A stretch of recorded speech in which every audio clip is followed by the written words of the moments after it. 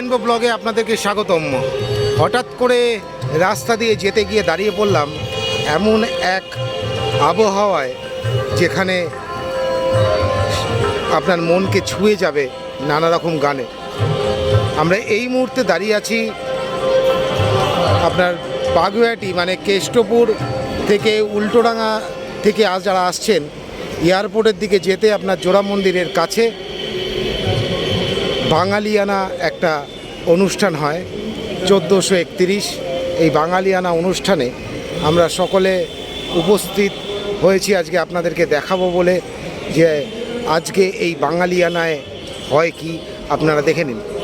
বাঙালিয়ানা এমন একটা জিনিস যেখানে আপনারা বাংলাকে ভালোভাবে চিনতে পারবেন, বাংলাকে ভালোভাবে জানতে পারবেন।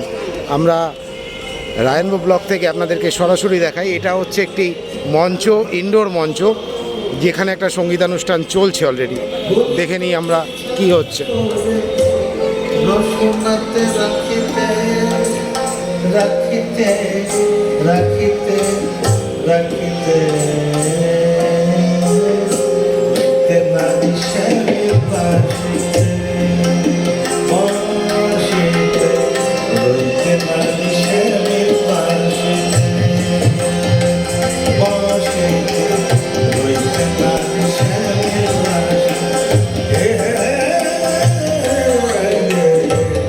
একটা ইনডোর মঞ্চ আপনারা দেখলেন, ঠিক ইনডোর মঞ্চের সামনেই কিন্তু একটি তুলসী মঞ্চ। যেটুকুনি শোনা কথা সেটুকুনি হচ্ছে যে রাজারহাট গোপালপুরের বিধায়ক শ্রীমতী অদিতি মুন্সি মহাশয়া, তারই উদ্যোগে কিন্তু এই অনুষ্ঠান প্রতি বছর এরা অনুষ্ঠিত করে। এবার তৃতীয় বর্ষ, যেটা আমরা দেখেছি যে তৃতীয় বর্ষে আমরা এই মুহূর্তে বাঙালিয়ানা অনুষ্ঠানে আজকে আপনাদেরকে সরাসরি দেখাচ্ছি রায়েনবো ব্লগের মধ্যে দিয়ে। আমরা টোটাল বাঙালিয়ানার যতটা এলাকা নিয়ে বাঙালিয়ানা হচ্ছে এই পুরোটাই আপনাদেরকে দেখাবো। দেখুন, বাঁকুড়ার নানা রকম শিল্পকে তুলে ধরা হয়েছে এই বাঙালিয়ানা অনুষ্ঠানে। নানা রকম স্টল বসেছে, যেমন কথা ও কাহিনী, নিউ দেবনাথ সাইকেল স্টোর্স, খবরের খাতা, এরপরে পিসিচন্দ্র জুয়েলার্স থেকে শুরু করে পাল বিউটি প্রোডাক্টস, নানা রকম জিনিসপত্র বাঙালি সাজে আপনাদের সামনে কিন্তু হাজির হয়েছে। আমরা হঠাৎ করে যারা এই বাঙালিয়ানার ব্যারিকেডের ভেতরে ঢুকে পড়বেন তারা কিন্তু জগৎটাকে একটু অন্যরকমভাবে দেখবেন।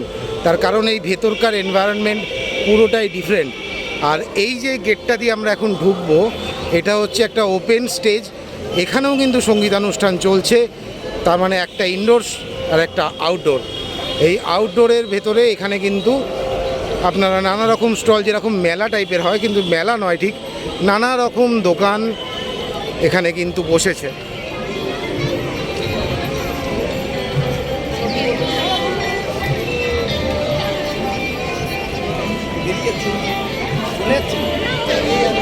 নানা রকম জামা কাপড়ের দোকান, তারপর নানা রকম কসমেটিক্স, নানা রকম গহনা যেগুলো হ্যান্ডক্রাফটের হয়, সেই টোটাল গহনা এই সব কিছুই কিন্তু আপনারা এই বাঙালিয়ানায় পেয়ে যাবেন। যেটা বাঙালিয়ানা এবার প্রস্তুত করেছে, যে বাঁকুড়াকে তুলে ধরেছে কলকাতায়, পুরো বাঁকুড়ায় কলকাতায়। দেখেছেন প্রচুর মানুষের সমাগম হয়েছে, প্রচুর মানুষ এসেছে আজকে এখানে, কেননা আগামীকাল এই বাঙালিয়ানার শেষতম দিন, তাই আজকে মানুষের ঢল তো নামবেই। তার কারণ যেটুকুনি আমরা জানতে পেরেছি যে বাঙালিয়ানা প্রতি বছরই এরা পালন করে থাকে, শুধুমাত্র সকলের জন্য একটা মেলবন্ধন স্থাপন করে। আপনারা জানেন যে ঠিক সেই রকমই বাঙালিয়ানা স্থাপন করেছে একটা মেলবন্ধন সুন্দর, যেটা ইনডোর এবং আউটডোর দুটো সঙ্গীতের জলসা কিন্তু এখানে প্রত্যেকবারই হয়। নানা রকমভাবে সেজে উঠেছে বাঙালিয়ানা। আপনাদেরকে আমরা দেখাচ্ছি রায়েনবো ব্লক থেকে সরাসরি। নানা রকম শিল্পী, বাংলার নানা রকম শিল্পীরা কিন্তু এখানে আসেন প্রোগ্রাম করতে, এবং তাদের সঙ্গীতের মাধ্যম দিয়ে বাঙালিকে তারা পরিচয় করান, বাঙালিকে তারা চেনান। আমরা একদম মঞ্চের কাছে যাচ্ছি।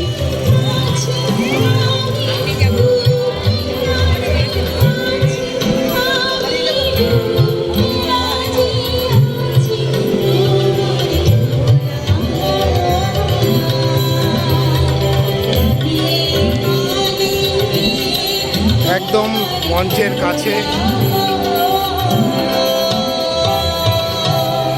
এখনো পর্যন্ত টোটাল বাঙালিয়ানাকে আপনারা দেখালাম। আমরা পরের বার থেকে আবারও আপনাদের জানিয়ে দেব আমাদের আইনব ব্লগের মধ্যে দিয়ে যে কবে থেকে বাঙালিয়ানা শুরু এবং কতদিন পর্যন্ত চলবে। কিন্তু এই মুহূর্তে আজকের জন্য এখান থেকে বিদায় নিচ্ছি। আবারও দেখা হবে কোনো না কোনো লাইভে, আপনাদের সাথে আমরা দেখাবো নানা রকমভাবে এবং আমরা ফুটিয়ে তুলব আপনাদের নানা রকম অনুষ্ঠানের মধ্যে দিয়ে। আপনারা সাথে থাকবেন, পাশে থাকবেন এবং যারা এখনও পর্যন্ত রায়নবো ব্লগ সাবস্ক্রাইব করেননি তাদের উদ্দেশ্যে আমাদের ঘোষণা, যে আমাদের অনুরোধ যে আপনারা অবশ্যই রায়নবো ব্লগ সাবস্ক্রাইব করুন এবং আমরা ভিডিও বানাই শুধুমাত্র আপনাদের জন্য। সাথে থাকবেন, পাশে থাকবেন এবং অবশ্যই এই গ্রীষ্মের দাবদাহে নিজেকে সুস্থ রাখবেন, স্বাভাবিক রাখবেন। ধন্যবাদ।